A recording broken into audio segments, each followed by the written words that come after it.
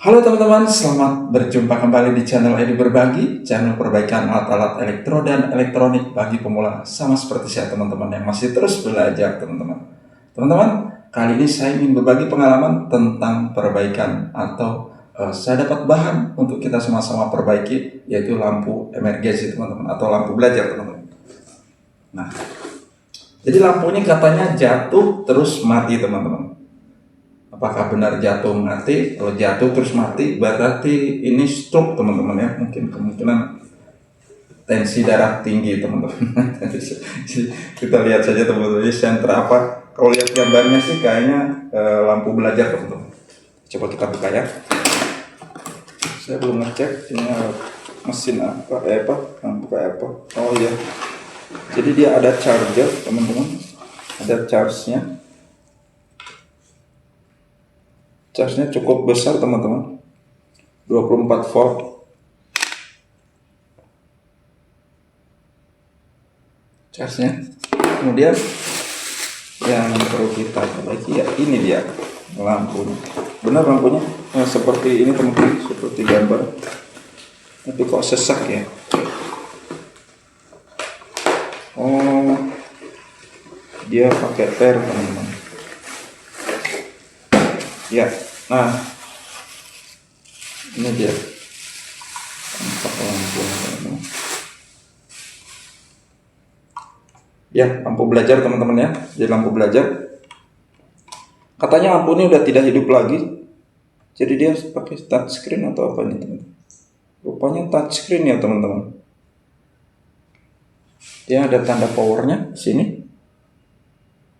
Ini teman-teman. Dan kita pencet sudah tidak ada tek-teknya juga teman-teman. Artinya ini touchscreen.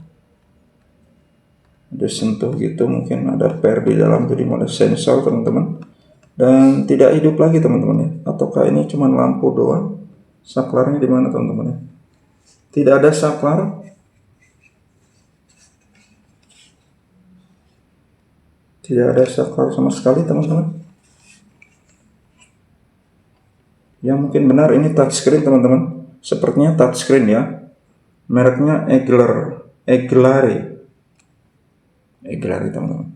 Nah, yuk kita cek saja teman-teman ya. Semoga kita bisa memperbaiki senter ini rusaknya apa. Tapi menurut informasi yang punya, dia jatuh langsung mati teman-teman.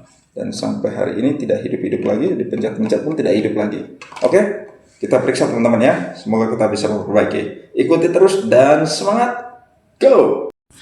Nah teman-teman, karena lampu ini tidak bisa hidup lagi, tentunya kita harus ngecasnya ya teman-teman.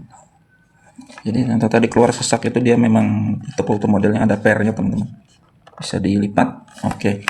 Dan sekarang lampu ini tidak bisa menyala. Oke, kalau gitu kita cas dulu teman-teman ya. Casnya 24 volt teman-teman, cukup besar banget ya. 24 volt. Bagian tengahnya positif. Dia menggunakan cek yang besar begini teman-teman. Tidak ada tanda-tanda atau oh, sudah pernah dibuka teman-teman ya. Sudah pernah dibuka, ini segelnya sudah dibuka. Jadi bautnya sudah pernah. Nah, ini charge ini pernah dibuka. Apakah masih baik? Coba kita caskan dulu. Mana pantasnya? Oh, ya ada di belakang nih teman-teman. Charge DC 24 volt. Oke, 24 volt ya. Tengahnya positif. Apakah ada lampu? Tidak ada lampu indikator sama sekali juga teman-teman. Tidak ada tanda-tanda kehidupan walaupun sudah dicas.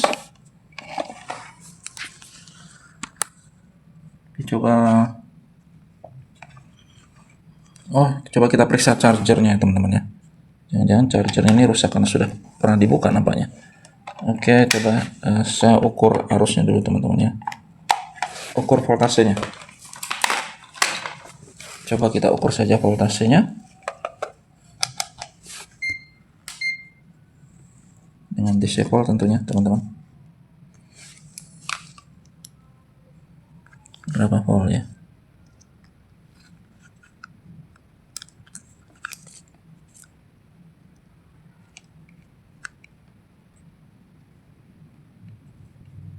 Wah, tidak ada nih teman-teman. Benar, ini charge-nya mati nih teman-teman. Ini kita balik. Siapa tahu ada tanda-tanda. Ya, charge-nya juga mati teman-teman ya. Karena charge-nya mati berarti kita mengarah ke charge dulu teman-teman ya. Karena tanpa charge tidak mungkin senter ini juga hidup karena voltasenya pun besar 24 volt. Sulit mencari gantinya ini teman-teman. Yang sudah pernah dibuka teman-teman ya. Kayaknya memang ini ada kerusakan juga pada charge. Jangan-jangan. Kita cek saja teman-teman.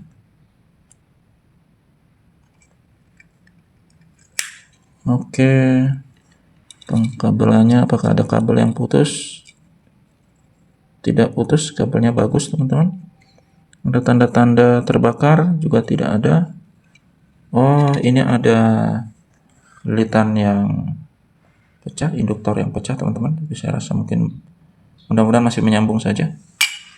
Coba kita ukur saja. Kita ukur dengan mode dioda saja teman-teman ya. Induktornya ini teman-teman.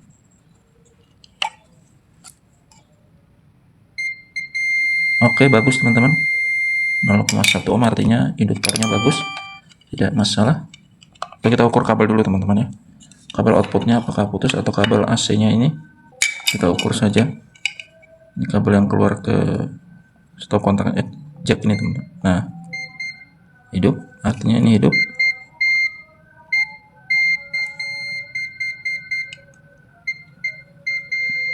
Oke, hidup. Nyambung teman-teman. Sebelahnya lagi coba.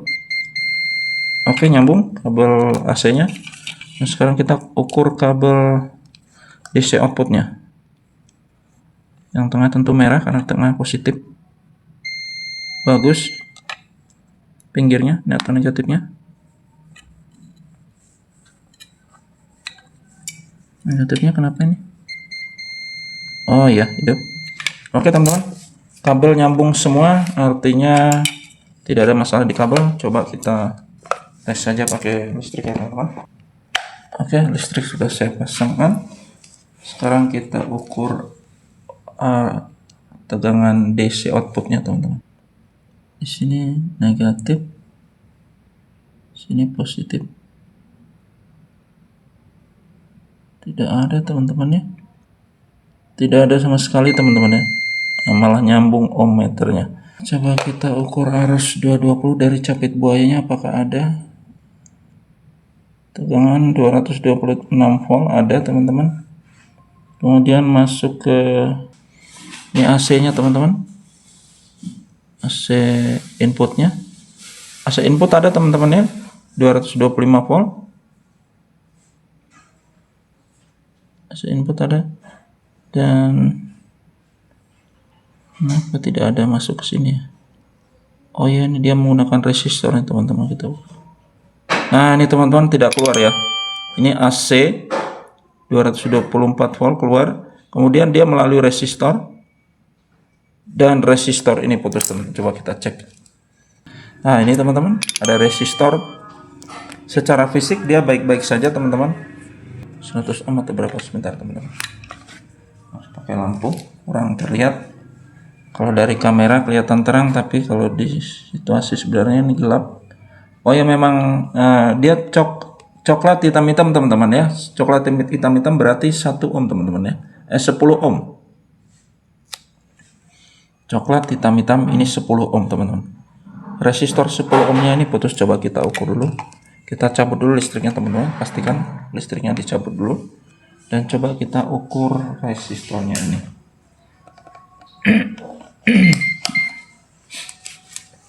Resistor 10 ohm teman-teman ya. Jadi arus AC ini difilter dulu atau ditahan dulu menggunakan resistor 10 ohm baru masuk ke dioda penyarahnya.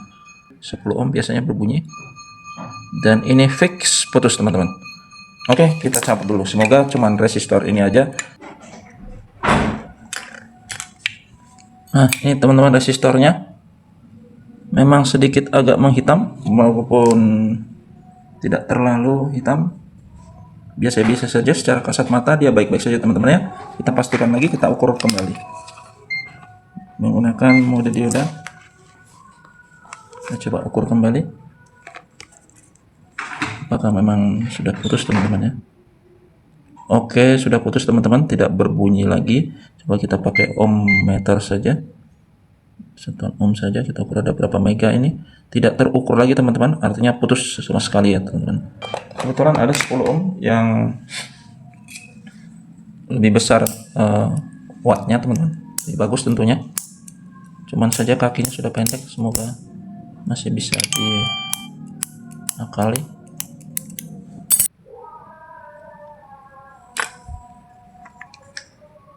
Teman-teman sudah rapi, dan sekarang kita tes.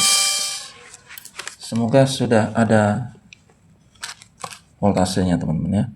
Ya, saya sudah pasangkan ke pengukur voltase. Saya akan colokan ke listrik teman-teman. Ada bunyi tag gitu ya teman-teman. Bunyi tag dan mati, arusnya tidak keluar. Wah, ada masalah nih teman-teman. Apakah gerangan? Suara tag tadi teman-teman, artinya arus sudah keluar ini. Tapi kenapa voltasenya tidak ada teman-teman? Coba kita telusuri ya teman-teman ya. Belum ada juga teman-teman. Untuk di tegangan tingginya, apakah sudah keluar decibel?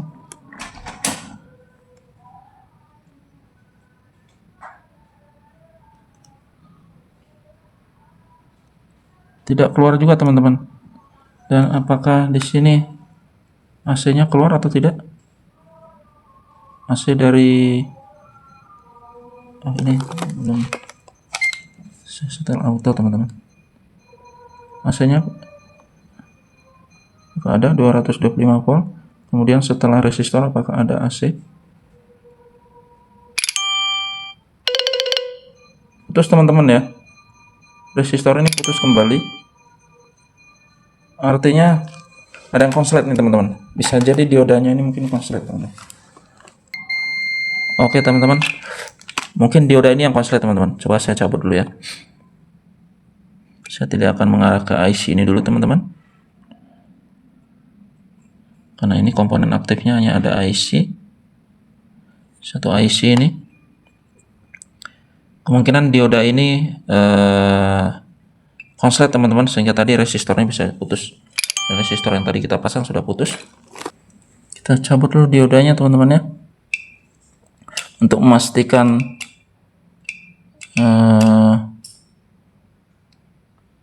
konslet atau tidaknya. Kita harus pakai flux dan memang harus kita banyakkan saja timahnya supaya memudahkan untuk pencabutan teman-teman ya.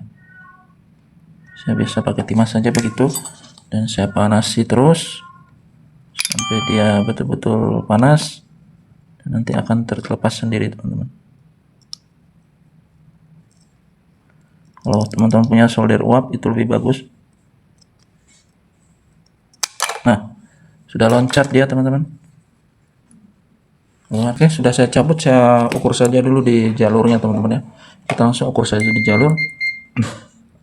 Apakah jalur ini konslet? Kalau jalur ini masih konslet berarti teman-teman IC drivernya ini yang short teman-teman ya. Nah teman-teman, ternyata memang ada yang short ini. Apakah ini short dari IC-nya? Ada kapasitor di sini. Ada elko. Biasanya elko ini jarang konslet teman-teman. Dan kemungkinan besar drivernya ini teman-teman ya. IC drivernya. Nah, ini teman-teman. Kalau IC drivernya kena, kita mesti mencarinya teman-teman. Dan ini induktornya sampai konslet. Kita lepaskan saja dulu IC ini teman-teman ya. Kita panasi saja pakai solder teman-teman ya. Saya ingin mencabutnya menggunakan solder saja, dan tentunya kita perlu menambahkan timah yang banyak supaya mudah mencabutnya.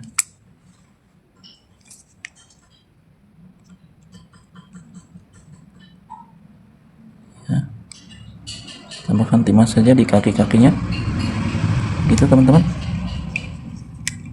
Di sini juga IC ini IC kaki 7 teman-teman ya. Kakinya 7. Oke, kita panasi saja sebelah-sebelahnya sampai panas, nanti akan bisa tercabut seperti dioda teman-teman.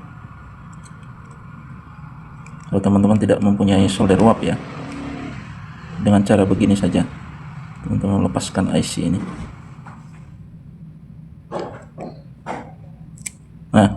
terlepas teman-teman, terlepas, dan kita tinggal bersihkan saja bekas-bekas kakinya nanti menggunakan kabel saja teman-teman. IC sudah tercabut ya, itu teman-teman ya, kecil sekali. Dan sekarang kita memastikan lagi apakah jalur ini masih konslet. Masih teman-teman, jalur masih konslet. Itu teman-teman pergunakan flux ya untuk membantu agar tidak terlalu panas papan PCB-nya, dan akan lebih bersih teman-teman, lebih mudah membersihkannya. Ya ini.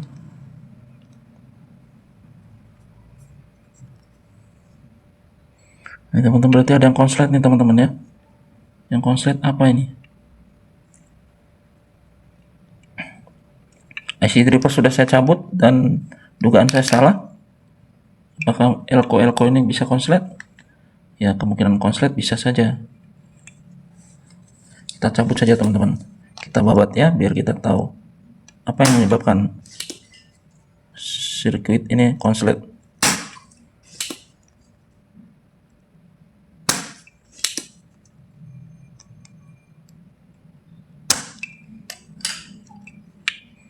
Saya cabut elko tegangan tingginya 1. Kemungkinan dioda mungkin teman-teman.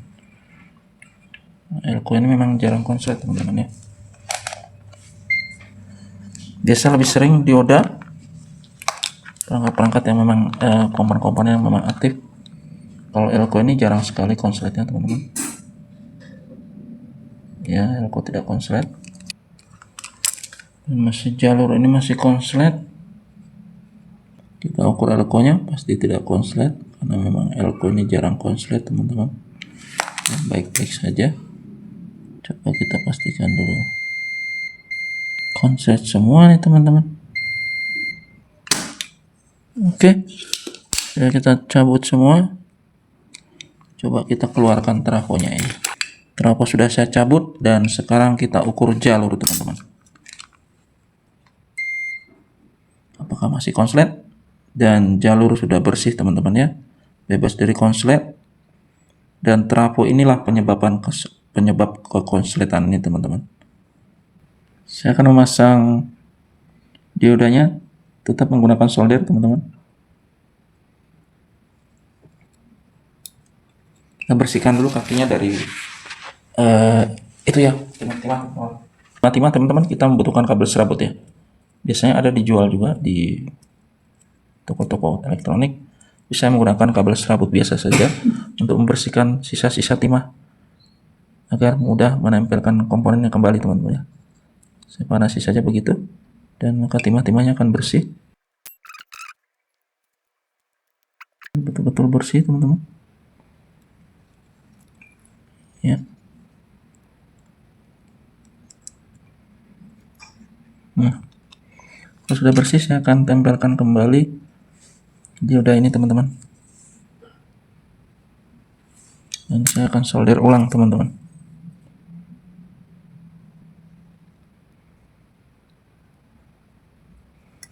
Oke, cukup satu kaki dulu yang perlu saya solder teman-teman. Begitu saja, satu kaki sudah tersolder, maka 4 kaki yang lainnya akan dengan mudah ya teman-teman. Sudah satu, saya bikin zigzag. Oke, kemudian kaki satunya lagi. Oke, dan kaki terakhir. Oke teman-teman, kaki terakhir sudah dipasang, sudah kokoh tentunya teman-teman. Tapi untuk memastikan lagi, saya akan tambahkan sedikit timah. Oke, begitu saja. Oke, dan keempat kaki dioda sudah terpasang dengan baik, dengan rapi kembali teman-teman. Dan tentunya jangan salah, output DC-nya harus sebelah sini. Dan sekarang kaki IC. Bagaimana dengan kaki IC teman-teman? Tentunya lebih ribet lagi, tapi tidak ada yang sulit. Misal kita mau mencoba, mau belajar, mau memaksakan diri, maka semuanya akan berhasil teman-teman ya. Tentunya dengan cari-cari informasi atau menggali-gali pengalaman teman-teman. Dan ini sudah ada 4 jalur yang sudah ada timahnya teman-teman. Kalau tidak terlalu tebal timahnya, teman-teman boleh langsung pasang kaki IC-nya. Tapi kalau timahnya terlalu tebal, saya akan membersihkan dengan begini teman, dengan cara begini, menggunakan kabel ini teman-teman. Nah, saya tarik, saya panaskan, jadi timahnya nempel di kabel, baru saya tarik teman-teman. Maka kakinya akan bersih dari timah teman-teman ya, supaya tidak terlalu tebal. Nah, begitu teman-teman, saya panasi semua kaki-kakinya, saya tarik gitu teman-teman. Oke, nah bersih teman-teman ya, saya bersihkan, tampak bersih. Nah, sudah bersih teman-teman tentunya. Kalau sudah bersih, tinggal kita pasangkan kembali kaki IC-nya tadi. Jangan salah posisi kakinya, teman-teman harus mengingatnya. Jika kaki IC ini masih tebal oleh bekas-bekas timah, teman-teman boleh bersihkan.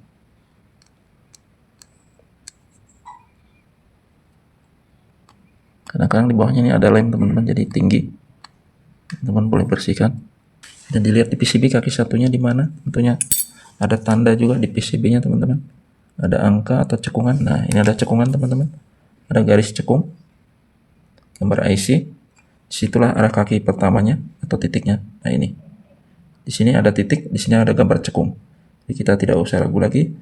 Gambar titik itu kita paskan dengan yang ada gambar cekungannya itu. Sudah pasti posisi kakinya akan benar teman-teman. Lebih baik lagi teman-teman mengingatnya waktu tadi mencabut, posisi kakinya di mana saja. Oke teman-teman, saya akan pasang begitu. Paskan dan saya akan solder satu persatu teman-teman. Paskan dulu. Kalau sudah pas sekali baru kita solderkan teman-teman ya. Agar jangan sampai kakinya numpang di jalur yang lain. Lebih baik lagi teman-teman menggunakan solder uap. Saya punya solder uap, tapi saya ingin berbagi pengalaman untuk menyolder bagaimana caranya melepaskan dan memasang IC ini tanpa menggunakan solder uap teman-teman ya. Dengan alat sederhana, cukup dengan solder biasa dan tentunya bantuan flux teman-teman ya.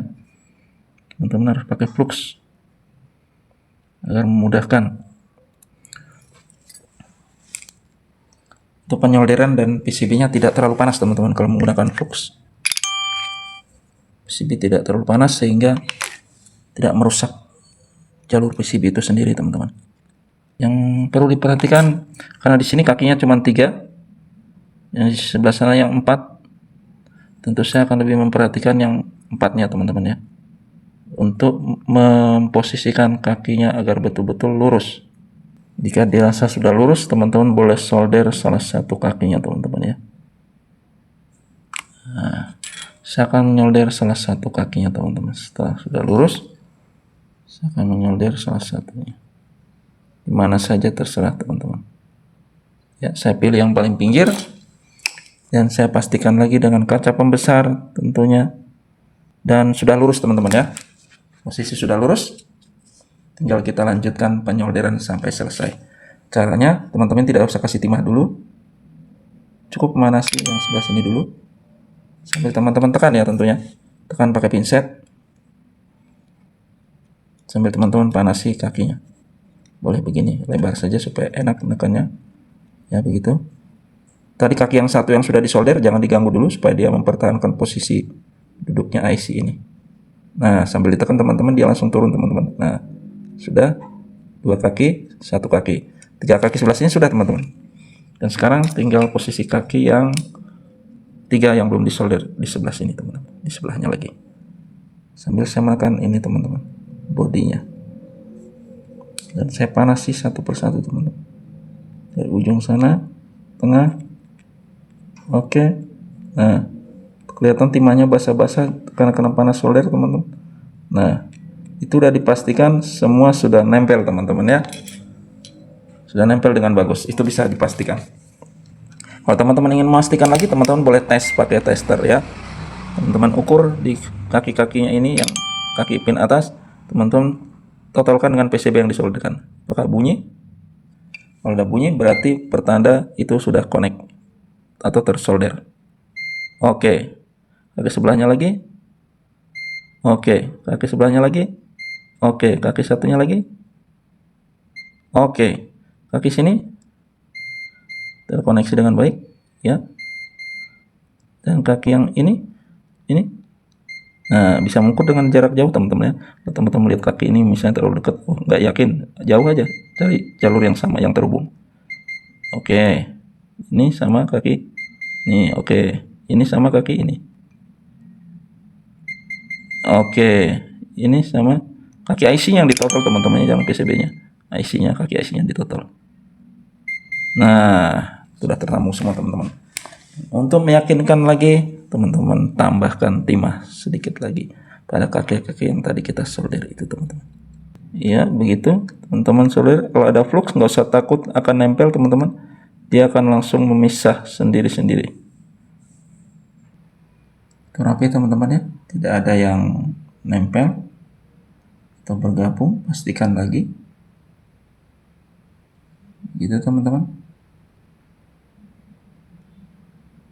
Dan ini teman-teman saya akan cuci pakai thinner. Saya udah kasih thinner, disikatnya.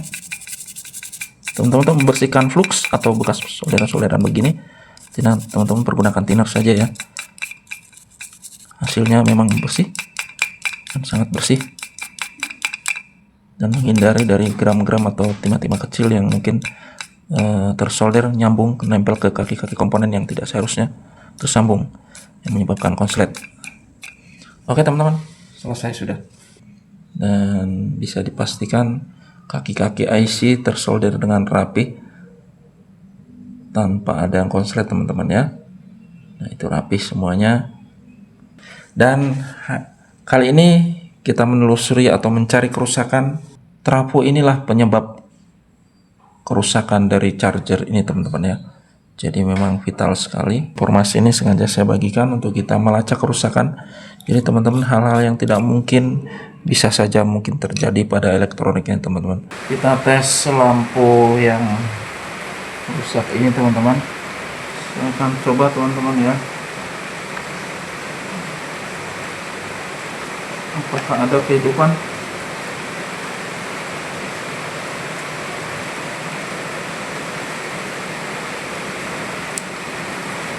Makanya memang masih 24 volt.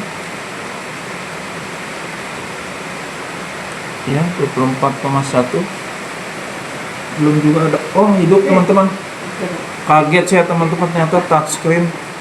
Jadi memang charge-nya yang bermasalah. Ini apa, lampu apa ini, apa? Oh, perubah lampu warna teman-teman. Saya baru tahu nih teman, ternyata ada perubah warnanya. Touchscreen ya teman-teman. Untuk power, hidupkan, matikan. Oh, nah, tadi ada 2 kali lampu. Oh, nyala teman-teman. Ternyata lampunya menyala. Jadi di powernya ini ada pilihan memang. Pencet 1 kali, oh mati teman-teman ya. 1 kali, 2 kali redup, 3 kali lebih redup lagi, 4 kali off. Ada berapa pilihan tadi ya? 1, 2, 3, 4, 5. Ya, ada 5 pilihan warna teman-teman. Jadi dengan demikian sudah dipastikan charge-nya yang rusak, maka saya akan belikan ganti charge barunya teman-teman ya. Baiklah teman-teman, itu tadi perbaikan dari lampu belajar yang sudah kita perbaiki chargernya namun tidak berhasil, dan bisa mengetahui fix bahwa trafonya yang menyebabkan kerusakan dari charger ini. Semoga sedikit informasi yang saya bagikan melalui perbaikan charger ini ada manfaatnya teman-teman ya. Tetaplah belajar, tetaplah semangat, dan tentunya tetap di channel ID Berbagi, channel perbaikan alat-alat elektro dan elektronik bagi pemula sama seperti saya teman-teman yang masih terus belajar dan belajar. Sampai jumpa lagi di lain kesempatan, tentunya di lain perbaikan lagi, dan terima kasih. Bye.